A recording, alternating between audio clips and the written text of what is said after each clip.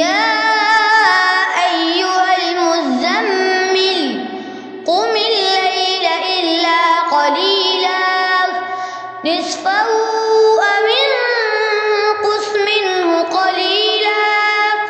أو زد عليه ورتل القرآن ترتيلا إنا سنلقي عليك قولا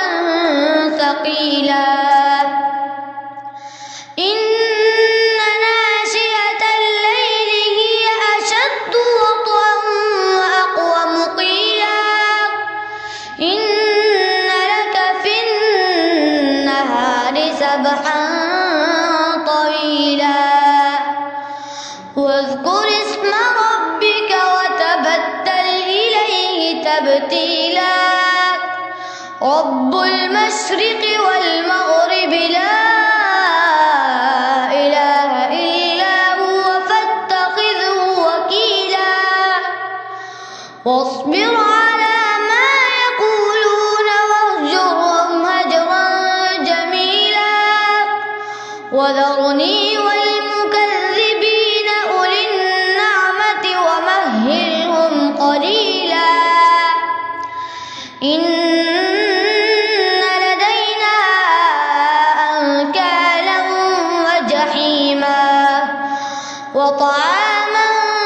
ذا غصة وعذابا أليما يوم ترجف الأرض والجبال وكانت الجبال كثيبا مهيلا إنا أرسلنا إليكم رسولا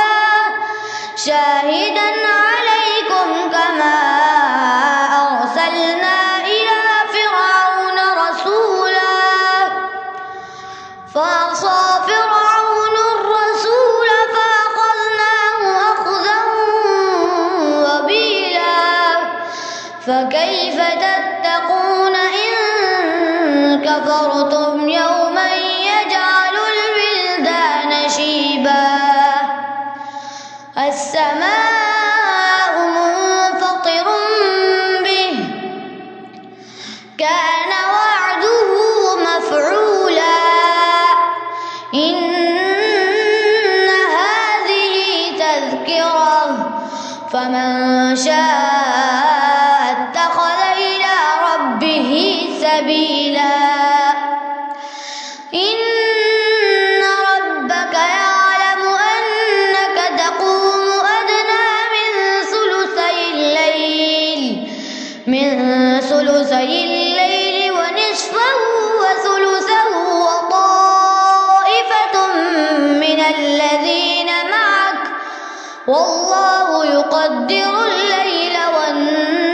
والنهار علم أن لن تحصوه فتاب عليكم فاقرؤوا ما تيسر من القرآن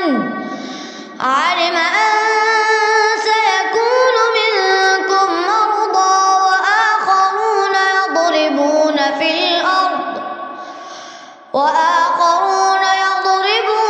الأرض يبتغون من فضل الله وآخرون يقاتلون في سبيل الله فاقرؤوا ما تيسر منه وأقيموا الصلاة وآتوا الزكاة وأقرضوا الله قرضا حسنا